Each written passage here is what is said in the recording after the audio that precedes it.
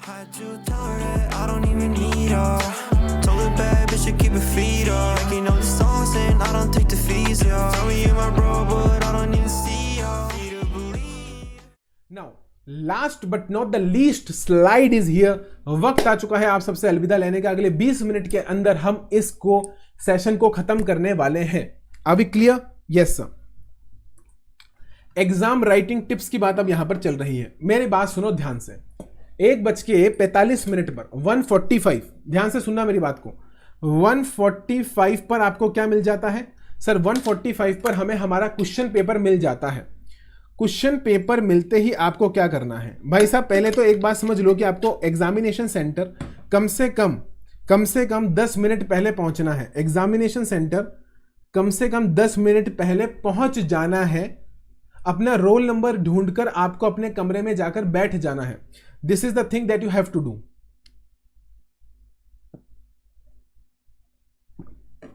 Time से पहुंचोगे, थोड़ा सा रिलैक्स रहोगे और डीप ब्रेथ,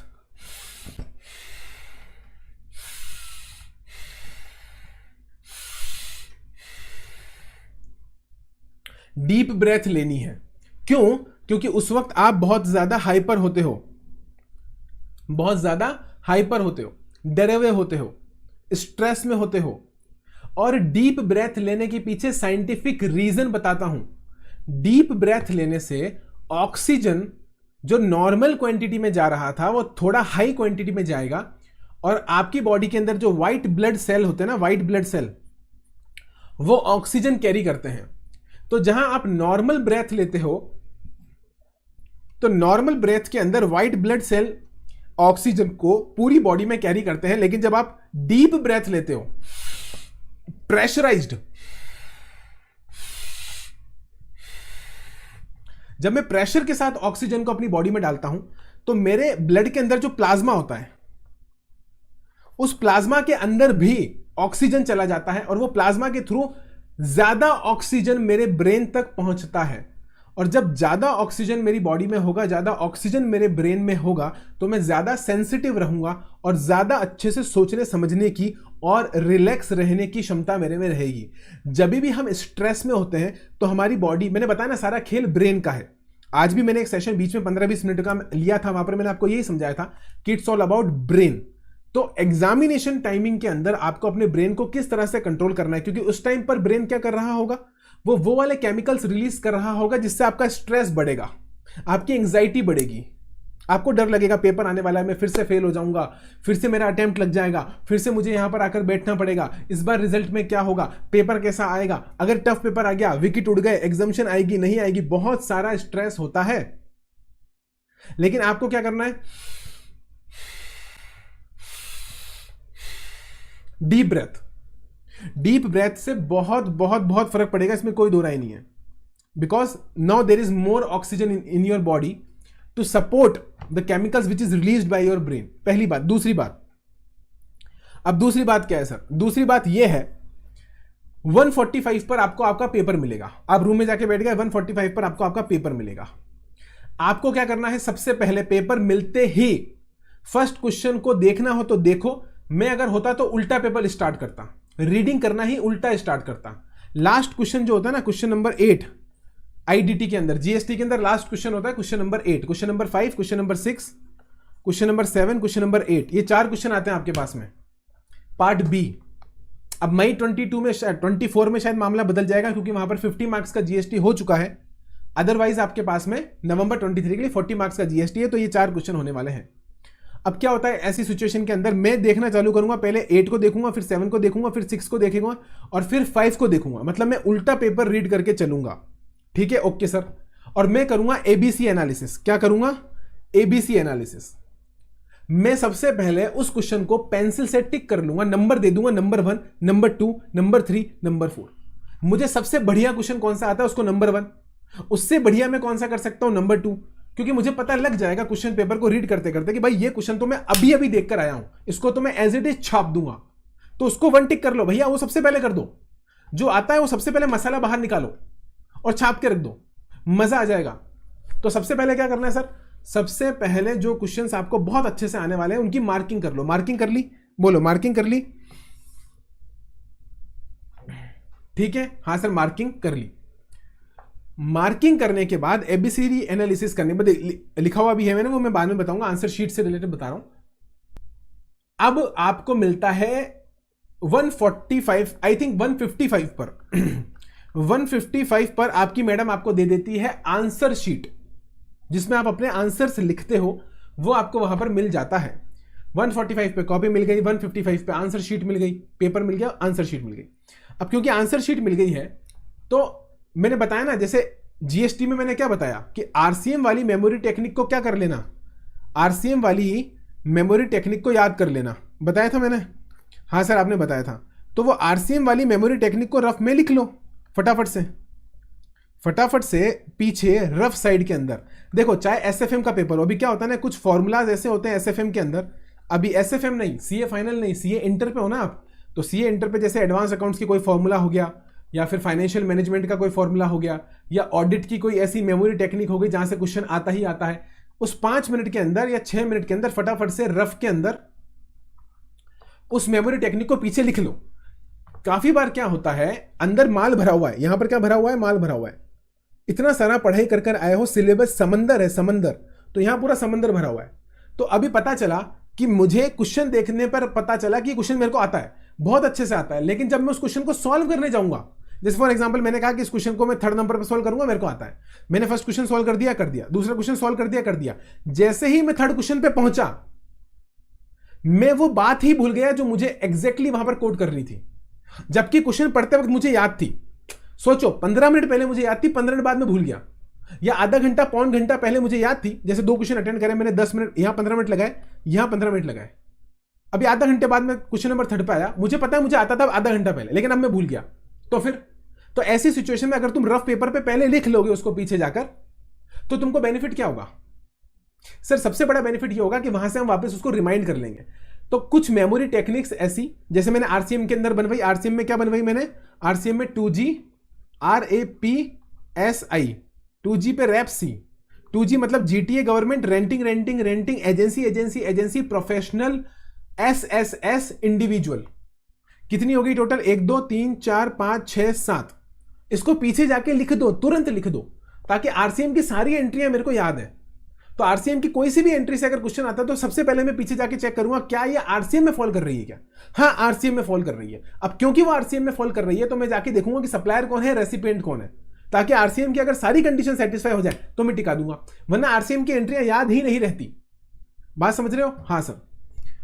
तो ये बात भी मेरे को समझ में आ गई कि पेपर मिलने के बाद, कौन सा पेपर, आंसर शीट मिलने के बाद 10 मिनट के अंदर या 5 मिनट के अंदर जो भी याद है, जो भी घर से तैयार करके आए हो मेमोरी टेक्निक्स, उसको लिख लो। ज्यादा टाइम मत लगाना, 5 मिनट से ज्यादा मत लगाना, ठीक है? Okay sir.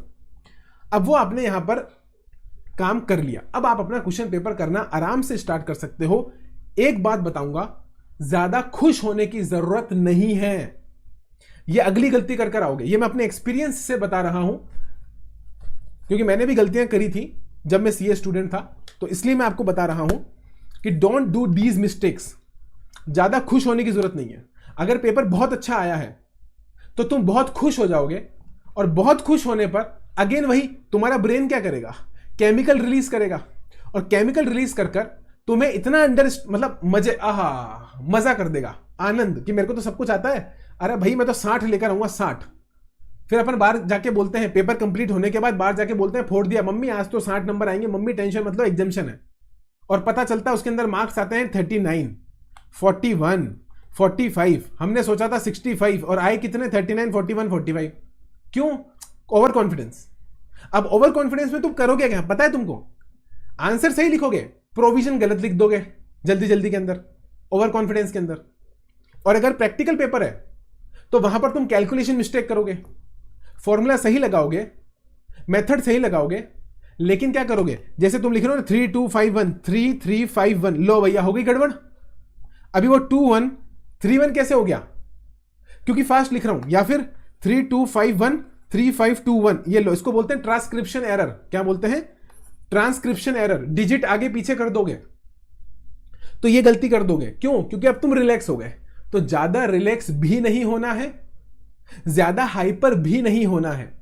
एग्जाम में बैठे हो, one of the toughest examinations chartered accountancy है, थोड़ा सा डर के रहना है, थोड़ा सा सेंसिटिव रहना है, अलर्ट रहना है कि कहीं मैं कोई गलती तो नहीं कर रहा। बहुत ज्यादा रिलैक्स भी वहां पर आपको नहीं होना है।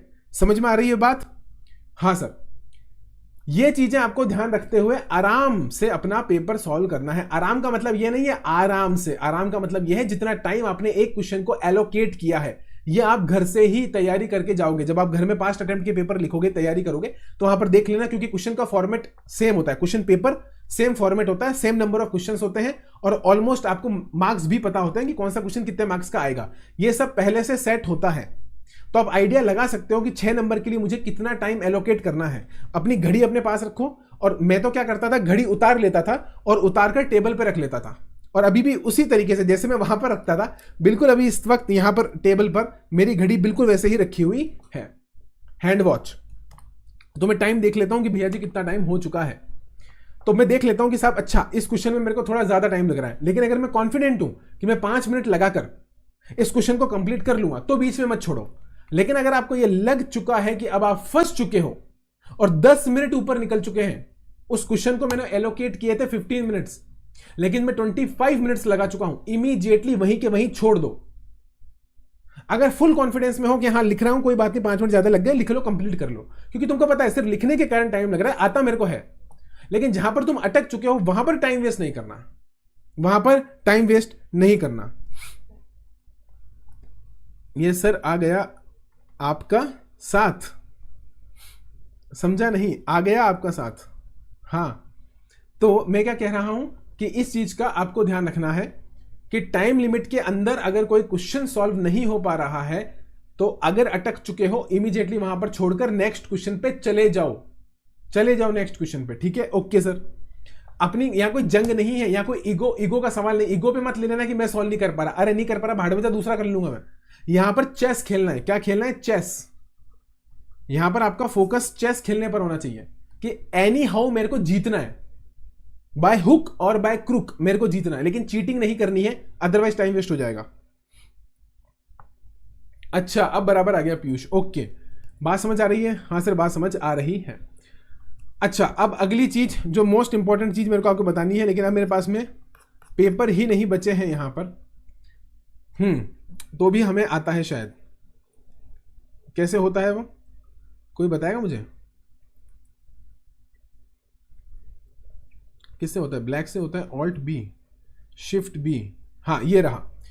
अगर आपके पास में क्वेश्चन पेपर है, तो आंसर करते वक्त आपको किन चीजों का ध्यान रखना है? पहली चीज, ध्यान से सुनना, क्वेश्चन नंबर पेज के बीचों बीच डालना है। आपका पेपर इस तरीके का होता है, इस तरीके का आपका जो आंसर शीट होती है वो कुछ इस तरीके की होती है। बोलो हाँ के ना? हाँ जी सर। तो अगर आपको आंसर देना है तो आप क्वेश्चन नंबर कहां लिखोगे? यहां पर। ये सबसे बड़ी गलती है कि आपको क्या नहीं करना, क्वेश्चन नंबर साइड में नहीं डालना है, मार्जिन के इधर। क्वेश्चन नंबर डालना है सेंटर में, यहां पर क्वेश्चन नंबर 1, और फिर लिखो उसके नीचे आंसर, 2 लाइन खींचो और अगली लाइन से लिखना शुरू करो। मेरी बात समझ में आ रही है? क्वेश्चन नंबर बीचों बीच डालना है, इसका बहुत इंपैक्ट आएगा, मैं वादा कर रहा हूं आपसे। क्वेश्चन नंबर बीचों बीच, आंसर बीचों बीच। अब अगर उसका पार्ट भी है, अथर्व, अर्चित, पीयूष, अगर उसका पार्ट भी है तो इस तरीके से लिखो, क्वेश्चन नंबर 2 पार्ट ए का सब पार्ट बी, और फिर उसके नीचे लाइन खींचो, फिर लिखो आंसर, फिर लाइन खींचो, और फिर यहां से आप अपना आंसर लिखना शुरू कर सकते हो। इस तरीके से सेंटर में ही क्वेश्चन नंबर लिखना है, उसके नीचे आंसर लिखना है और वहीं से शुरू करना है। Centre of the page, margin इसको छोड़ दो, ये किसी काम की चीज नहीं है। अगर आपको जैसे मैंने बताया ना सब क्लॉज भी डालना है, तो वो सब क्लॉज भी आपको यहीं डालना है, चाहे वो सब क्लॉज ए हो, आई हो, फर्स्ट और भी अंदर है तो और भी अंदर है तो यहां डालो। यहां कुछ भी नहीं करना है मार्जिन में, इस मार्जिन में कुछ भी नहीं करना है, सब कुछ सेंटर में, जो भी नंबरिंग करनी है सेंटर में। एक बात, ये एक बात। दूसरी बात, जिस पेज पर आपका आंसर खत्म हुआ है, क्या बोला मैंने? जिस पेज पर आपका आंसर खत्म हुआ है उसके बाद अगर आधे से ज्यादा पेज बचा हुआ है, आधे से ज्यादा, तो आप कम से कम 3 to 4 लाइंस छोड़कर वहीं से अगला क्वेश्चन स्टार्ट कर सकते हो। अदरवाइज अगर आपको लग रहा है कि मैं 50% पेज पर आ चुका हूं, तो उस पेज पर अब आपको अगला क्वेश्चन स्टार्ट नहीं करना है, यानी कि every answer needs to be start from a fresh page. क्या बोला मैंने? Every question needs to be start from a fresh page. Every answer needs to be start from a fresh page. एक नए पेज से answer start करना है, लेकिन कब? जब 50% से ऊपर पेज कवर कर चुके हो। अगर तुमने 3 लाइन लिखी है और पूरा पेज खाली है, तो उस सिचुएशन में 3-4 लाइन छोड़कर उसी पेज पर अपना वापस से आंसर स्टार्ट कर दो। लेकिन अगर पेज 50% कवर हो चुका है तो फिर नेक्स्ट पेज पे चले जाओ, और हर पेज के नीचे क्या लिखना है? बड़ा बड़ा, please turn over. Her page के नीचे बड़ा बड़ा क्या लिखना है? Please turn over. Correct Piyush, correct. Please turn over. मेरी बात समझ में आ रही है? ये प्लीज, ये ध्यान रखना, हाथ जोड़कर मैं तुमसे विनती कर रहा हूं, क्योंकि मुझे पता है मैं हाथ जोड़कर विनती करूंगा, तुमको याद रहेगा और तुम पास हो जाओगे। ये छोटी छोटी मिस्टेक्स की वजह से फेल होता है बच्चा, मजाक नहीं कर रहा हूं। वो 5 नंबर, वो 10 नंबर, वो ऐसे गायब हो जाते हैं इन मिस्टेक्स की वजह से। ये भी मिस्टेक्स है। पेज नंबर मतलब आपको जो डालना है क्वेश्चन नंबर, आंसर नंबर बीचों बीच, और हर एक आंसर को नए पेज से स्टार्ट करना है। कोई शक, कोई सवाल? नहीं सर, यहां तक तो ठीक है। अब आगे क्या करना है? आगे क्या करना है? How to read the question. Question को रीड कैसे करना है? देखो, क्वेश्चन नंबर, आंसर जो है वो सेंटर में डालना है, मैंने बता दिया। नया आंसर नए पेज से स्टार्ट करना है, वो मैं बता दूंगा। How to read the question. Question को रीड कैसे करना है? क्वेश्चन को रीड करने के लिए आपके पास में क्या होने वाला है? क्वेश्चन को रीड करने के लिए आपके पास में 3 चीजें होने वाली है। ध्यान रखना, हर क्वेश्चन के अंदर कितनी चीजें होती है? हर क्वेश्चन के अंदर 3 चीजें होती है। कोई सा भी क्वेश्चन हो, कोई सा भी सब्जेक्ट हो, 3 थिंग्स आर ऑलवेज देयर। पहली चीज होती है जिसको बोलते हैं फैक्ट्स, दूसरी चीज होती है जिसको बोलते हैं डेटा, और तीसरी चीज होती है जिसको बोलते हैं रिक्वायरमेंट। किसी भी क्वेश्चन को रीड करो तो 3 चीजें ढूंढो उसमें से। इंस्टीट्यूट क्या करता है? इंस्टीट्यूट बड़े बड़े थ्योरी क्वेश्चन बनाता है, बड़े बड़े पैराग्राफ में क्वेश्चन बनाता है। इंस्टीट्यूट क्यों नहीं टेबल फॉर्मेट में क्वेश्चन बनाता है? क्योंकि वो तुम्हारे लिए आसान हो जाएगा, इसलिए वो थ्योरी में और पैराग्राफ में क्वेश्चन बनाता है, ताकि वो तुम्हें क्या कर सके? कंफ्यूज कर सके। टेबल में क्वेश्चन बना देगा, पैराग्राफ्स में क्वेश्चन बना देगा, पैरा वाइज पैरा बना देगा, तो आसान हो जाएगा ना पकड़ना। वो सॉर्टिंग किसको करनी है? वो सॉर्टिंग अपन को करनी है, और अपन को इतनी प्रैक्टिस करनी है कि वो सॉर्टिंग करने में टाइम भी ना लगे। मतलब रीडिंग के टाइम पर ही प्रोसेसिंग हो जानी चाहिए। एक होता है डेटा डालते हैं उसके बाद में प्रोसेसिंग होती है, लेकिन जैसे जैसे अपन जितने ज्यादा घर पर प्रैक्टिस करते हैं, मॉक टेस्ट सॉल्व करते हैं, पास्ट अटेम्प्ट सॉल्व करते हैं, आरटीपी सॉल्व करते हैं, तो सॉल्व करते वक्त ही डेटा को पढ़ते पढ़ते उसकी प्रोसेसिंग भी करनी है दिमाग के अंदर। दिमाग के अंदर सॉर्टिंग हो जानी चाहिए। तो दिमाग के अंदर सॉर्टिंग करते वक्त ये देखो कि क्वेश्चन के फैक्ट्स क्या हैं। जैसे अभी एक एग्जांपल देता हूं, अभी अपन ने क्वेश्चन करा था अजय लिमिटेड वाला और मिस्टर मुकेश वाला। उसमें इंपॉर्टेंट क्या है? Facts of the case. Facts of the case क्या है? पहला फैक्ट कि वो लिमिटेड है, अजय लिमिटेड है। तो फैक्ट ऑफ द केस में पहला फैक्ट क्या है? कि Ajay is a body corporate, Ajay limited is a body corporate. Fact number 1। Fact number 2, Mukesh is individual, sole proprietor है। फैक्ट नंबर 3, पेमेंट अभी तक नहीं हुआ है। फैक्ट नंबर 4, टैक्स पीरियड जनवरी है। फैक्ट नंबर 5, बताओ फैक्ट नंबर 5 क्या है? जनवरी 22। जनवरी 22 मेरे पास में मेरा टैक्स पीरियड है। फैक्ट नंबर 5, सर्विस का नेचर, रेंटिंग ऑफ, सर्विस का nature, renting of motor vehicle, renting of motor vehicle. ये क्या है? ये है फैक्ट्स। जो क्वेश्चन हमने सॉल्व करा उसके फैक्ट्स, ये आपको पता होने चाहिए। इसके बाद आता है डेटा। डेटा होता है प्रैक्टिकल क्वेश्चन के अंदर जो भी फैक्ट फिगर्स आपको दे रखे हैं। कोई भी अगर प्रैक्टिकल क्वेश्चन है तो उसके अंदर जितने भी फिगर हैं, जितने भी नंबर्स हैं, क्या है? नंबर्स। नंबर्स या फिर फिगर्स, इसको बोलते हैं डेटा। जैसे हमारे क्वेश्चन के अंदर जो हमने सॉल्व किया था उसमें क्या था? उसमें हमारे पास में डेटा था, अगर आपको याद हो तो 2 दिसंबर 21। ये क्या है मेरे लिए? ये मेरे लिए डेटा है, क्योंकि यहां से मुझे 61st डे कैलकुलेट करना है। So this is data for me. Are you getting my point? मेरी बात समझ में आ रही है? हाँ सर, आपकी बात समझ में आ रही है। तो क्वेश्चन के अंदर क्या ढूंढना है? क्वेश्चन के अंदर ढूंढना है फैक्ट, क्वेश्चन के अंदर ढूंढना है डेटा, और फिर सबसे इंपॉर्टेंट, जो आधे से ज्यादा बच्चे जिसके ऊपर ध्यान ही नहीं देते, जिसके ऊपर ध्यान ही नहीं देते। हाँ, पीयूष बता रहा है कि अमाउंट भी था। अगर अमाउंट था वहां पर 30,000 रुपीज का, तो वो 30,000 पीयूष क्या हो जाएगा, डेटा हो जाएगा। फिर आता है रिक्वायरमेंट। हम क्या करते हैं, हमने क्वेश्चन पढ़ लिया, मेरे को आता है, अरे भाई पूछ क्या रहा है। आप क्या करते हो, आंसर लिख कर आते हो और बहुत खुश होते हो, मैंने तो सही आंसर लिख दिया। आप वो लिख कर आए हो जो उसको चाहिए ही नहीं था। आपने जो लिखा वो सही है, मैं ये नहीं कह रहा हूं आपने लिखा जो गलत है, लेकिन वो आंसर ही नहीं है, क्योंकि वो क्वेश्चन की रिक्वायरमेंट ही नहीं थी। तो सबसे इंपॉर्टेंट है क्वेश्चन की रिक्वायरमेंट, कि भाई वो आपसे वैल्यू ऑफ सप्लाई पूछ रहा है, वो आपसे इनपुट टैक्स क्रेडिट की कैलकुलेशन करवा रहा है, वो आपसे नेट आउटपुट लायबिलिटी पूछ रहा है,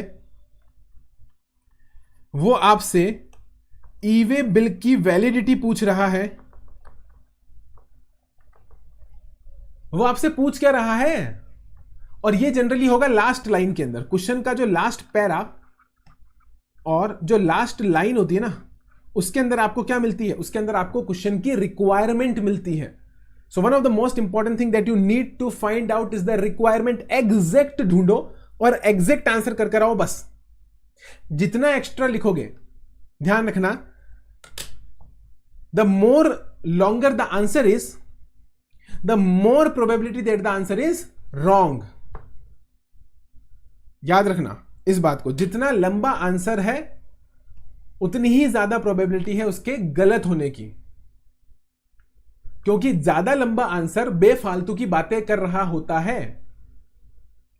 आपको क्या करना है, आपको ऐसा नहीं करना है कि एक पेज का एक नंबर नहीं देगा, वो 10 पेज लिखकर आ जाओ, 0 नंबर कर देगा। एक पेज का एक नंबर नहीं होता मेरे भाई। एग्जैक्ट रिक्वायरमेंट मांगी है ना, उतना आंसर दे दो, भले 5 लाइन का हो, 2 लाइन का हो, 1 लाइन का हो, आंसर मिल जाएगा। मतलब आपको उसका मार्क्स मिल जाएंगे अगर आपने एक्यूरेटली काम करा है तो ये हमने क्या समझा, ये हमने समझा कि आखिर क्वेश्चन को रीड कैसे करना है। अगला पॉइंट क्या है, ये देख लो, fact, data, requirement. Okay sir, अब है how to answer the question. अब क्वेश्चन को आंसर कैसे करना है, मैंने क्वेश्चन को पढ़ना तो सीख लिया, अब मुझे क्वेश्चन को आंसर करना है। तो क्वेश्चन को आंसर करते वक्त आपको क्या ध्यान रखना है, अगर 5 नंबर से ऊपर का क्वेश्चन है तो आप उसको स्टेप्स में सॉल्व करोगे। स्टेप्स में सॉल्व कैसे करेंगे सर, सबसे पहले लिखो नंबर 1। अब ये नंबर 1 कहां लिखोगे, मार्जिन में। अरे नहीं, यही तो बोला, मार्जिन में नहीं लिखना, मार्जिन में कुछ भी नहीं करना मेरे भाई।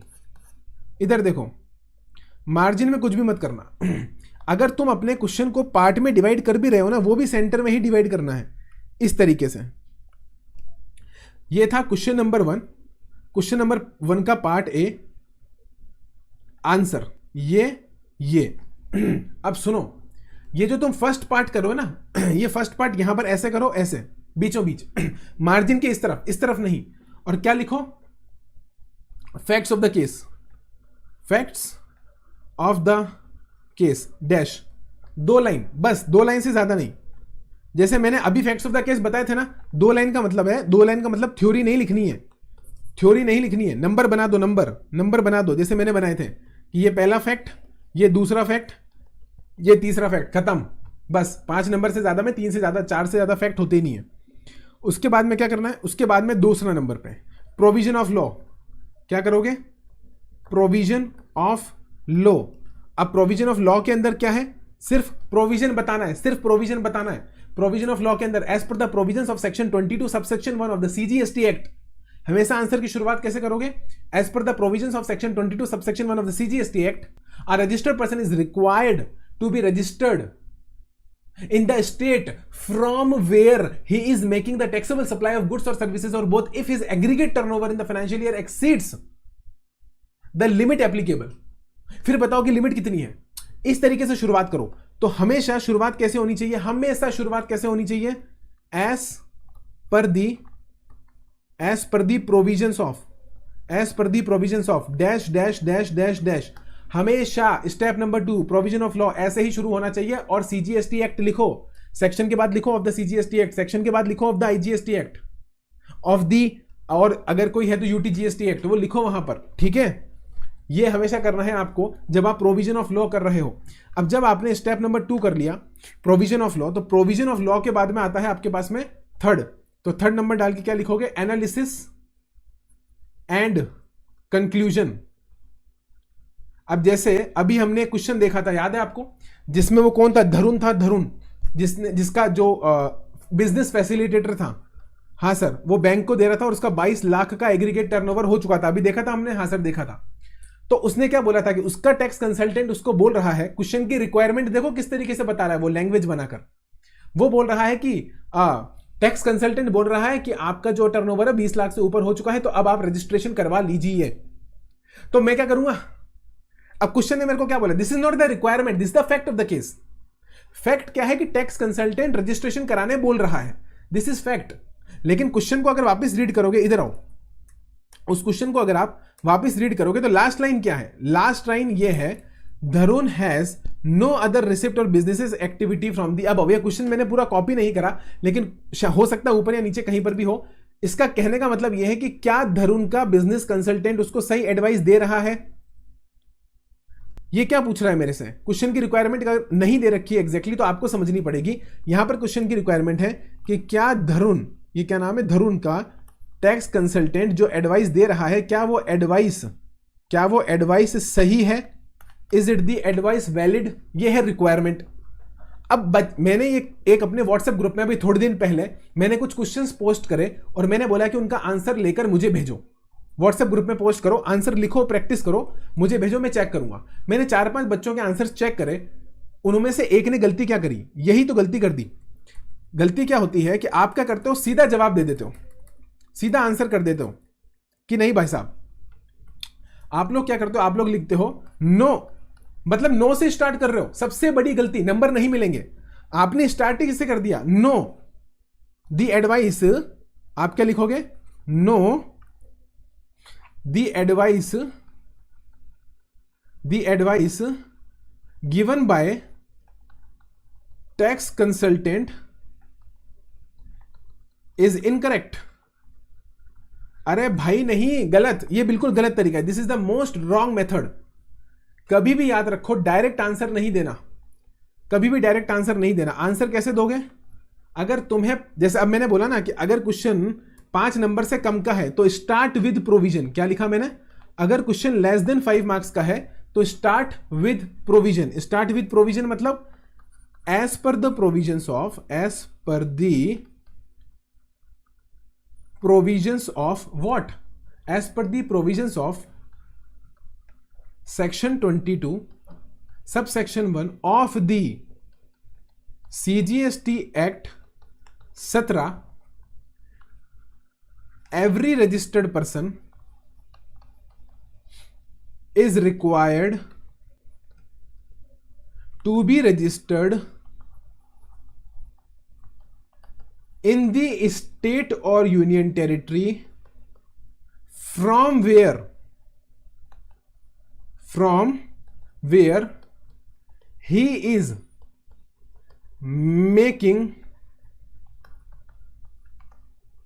taxable supplies of goods or services or both। क्या करा मैंने? पहले प्रोविजन लिखा, बिल्कुल सही, पहले प्रोविजन लिखो। ऐसे पैराग्राफ बनाकर प्रोविजन लिखो। अगर 5 नंबर से कम का क्वेश्चन है तो पैराग्राफ बनाकर पहले प्रोविजन समझाओ, फिर बोलो कि एज पर दी अबव डिस्कस्ड प्रोविजन। जब कंक्लूड करोगे ना तो क्या लिखोगे? एज पर the above discussed provision the advice given by the tax consultant seems to be incorrect. और वहां पर भी तुम देखो, लैंग्वेज का खेल है, तुम्हें डायरेक्ट उसको गलत घोषित नहीं करना। यह मत लिखना is incorrect, seems to be incorrect, गलत प्रतीत हो रहा है। तो क्या लिखेंगे? Seems to be incorrect. तो तुमने बोल तो दिया इनकरेक्ट है, लेकिन पोलाइटनेस है, लैंग्वेज के अंदर पोलाइटनेस है। एडवाइस कर रहे हो, तुम आंसर कर रहे हो, सीम्स टू बी इनकरेक्ट, भैया गलत है, इट इज इनकरेक्ट। बोलो हाँ के ना? हाँ सर। तो ये चीज भी आपको यहां पर ध्यान रखनी है कि आंसर कैसे करना है। Time allocation on every question, ये मैंने आपको बता ही दिया। कि जब क्वेश्चन आता है तो आपको पता होना चाहिए कि इस क्वेश्चन को मैं 10 मिनट से ज़्यादा 15 मिनट से ज़्यादा नहीं दूंगा। नंबर ऑफ मार्क्स के ऊपर आप टाइम एलोकेट करके चल सकते हो कि 5 नंबर के ऊपर कितना टाइम मुझे देना है। एंड फाइनली ABC एनालिसिस, ये भी मैंने आपको बता दिया कि क्वेश्चन पेपर मिलते ही सबसे पहले आपको ABC एनालिसिस कर वहां पर चलना है। Are we clear with this? Yes और नो? सर ICAI अपने आंसर्स में इन द गिवन केस से स्टार्ट करता है और ऐसे ही सीम्स टू बी से एंड करता है। पीयूष मुझे पता नहीं, मैंने कभी देखा नहीं है इतना डीपली, या देखा होगा तो मेरे दिमाग में बैठ गया होगा। अभी जो मैंने बताया वो मेरे एक्सपीरियंस से आपको बताया।